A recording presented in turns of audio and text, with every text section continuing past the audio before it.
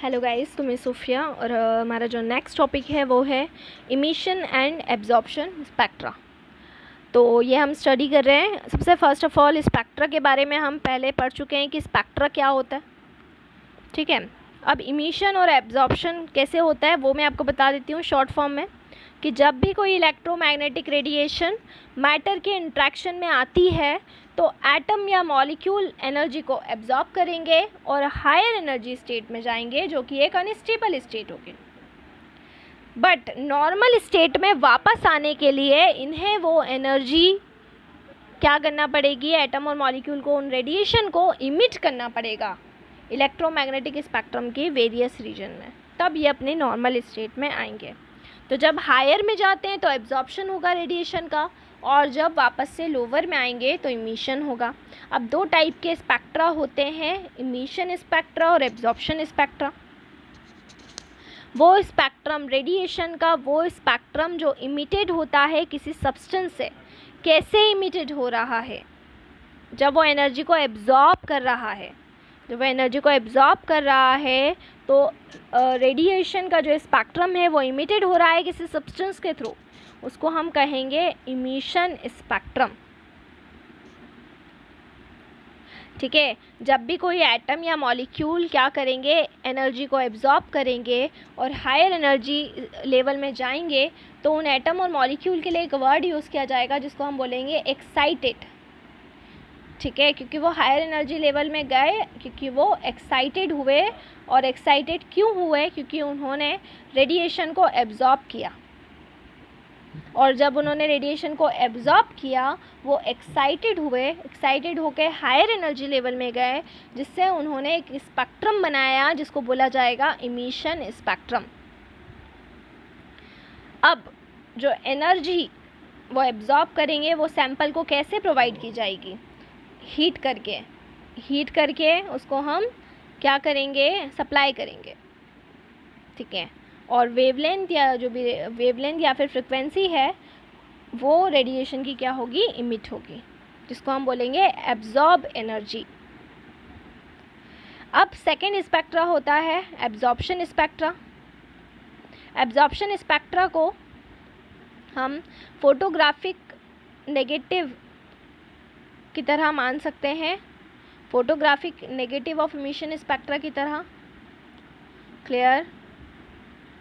Continuous of radiation अगर पास होती है किसी भी सैंपल के थ्रू तो रेडिएशन को एब्जॉर्ब करेंगे, अलग अलग वेवलेंथ की जो रेडिएशन है उनको वो एब्जॉर्ब करेंगे, ठीक है। अब उसमें जो भी मिसिंग वेवलेंथ होगी, जो भी मिसिंग वेवलेंथ है, जितनी भी तरह की वेवलेंथ की रेडिएशन एब्जॉर्ब हो रही है, उसमें जो भी मिसिंग वेवलेंथ है, ठीक है, मिसिंग वेवलेंथ जो कैसे करस्पॉन्ड हो रही है, जो मैटर के थ्रू रेडिएशन एब्जॉर्ब हो रही है उसके थ्रू जो भी मिसिंग वेवलेंथ है, उसके थ्रू कुछ dark spaces bright continuous spectrum के अंदर डार्क स्पेसेस छूट जाते हैं। और वो किसकी वजह से छूटते हैं?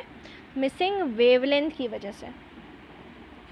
अलग अलग तरह की वेवलेंथ क्या हो रही है, एब्जॉर्ब हो रही है, बट उसमें से क्या हुआ है, उस रेडिएशन को एब्जॉर्ब करते वक्त कुछ वेवलेंथ मिसिंग हो गई, और उस वजह से कुछ डार्क स्पेसेस क्या हो जाएंगे, छूट जाएंगे ब्राइट कंटिन्यूस स्पेक्ट्रम में।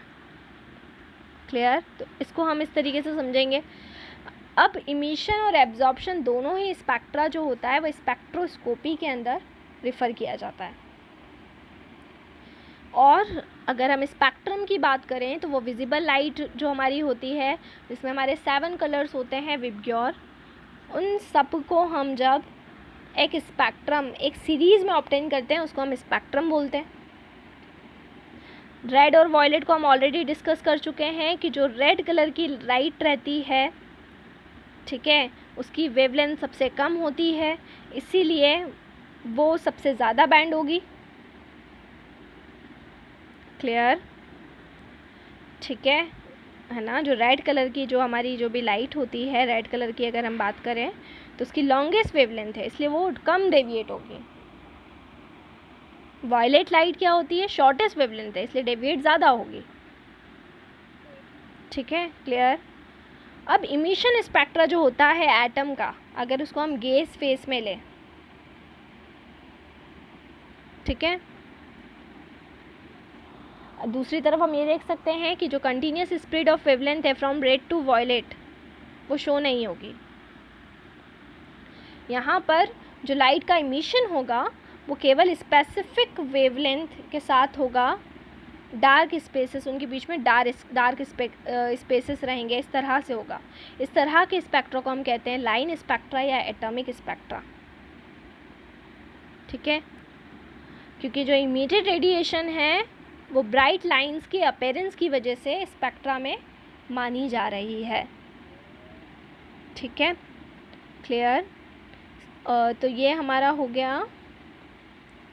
अब यहाँ पर लाइन इमिशन स्पेक्ट्रा जो होता है उसके इलेक्ट्रॉनिक स्ट्रक्चर को सबसे ज़्यादा स्टडी किया गया है।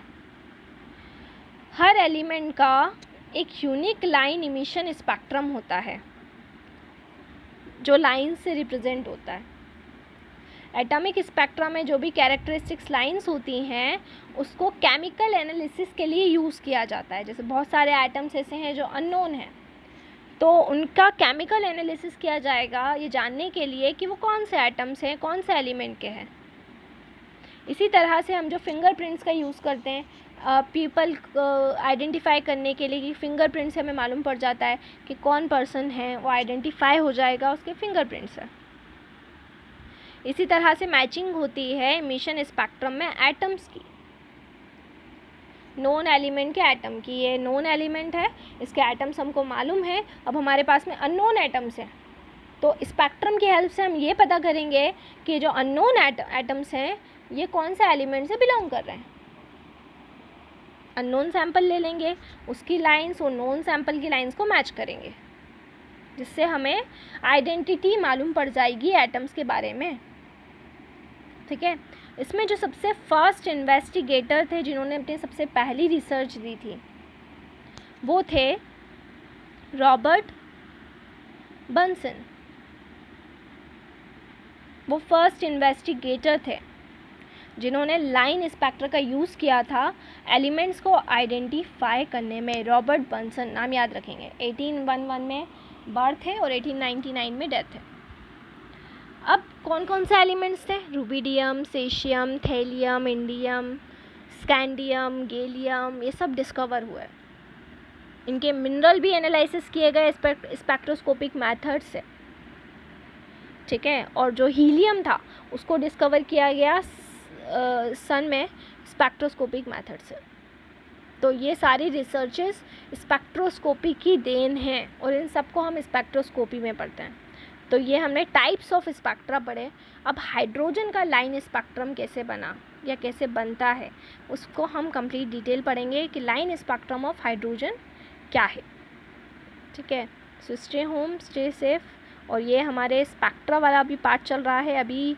इसके बाद में फिर हमारा नील बोहर का जो एटॉमिक मॉडल है वो स्टार्ट होगा। अभी तक रदरफोर्ड और जो भी थॉमसन है वो पढ़ा है, और उसके रदरफोर्ड के बाद में अभी हम केवल वो डिस्कवरी पढ़ रहे हैं जो आगे एटॉमिक स्ट्रक्चर को और ज़्यादा बेहतर बनाने के लिए।